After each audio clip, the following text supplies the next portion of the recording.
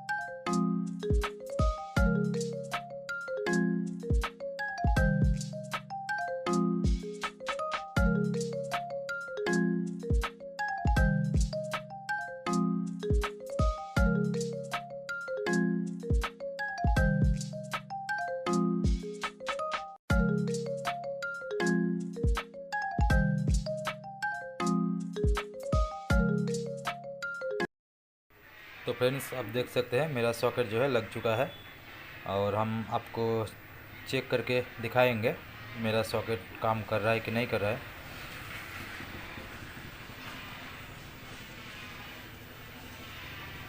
तो हम चार्ज पे लगाए हैं।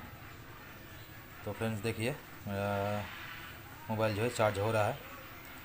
तो फ्रेंड्स, अगर आप यहाँ तक हमारे वीडियो को देखे हैं तो प्लीज़ चैनल को सब्सक्राइब कर दीजिए और वीडियो अच्छा लगा तो प्लीज़ लाइक और शेयर कर दीजिए।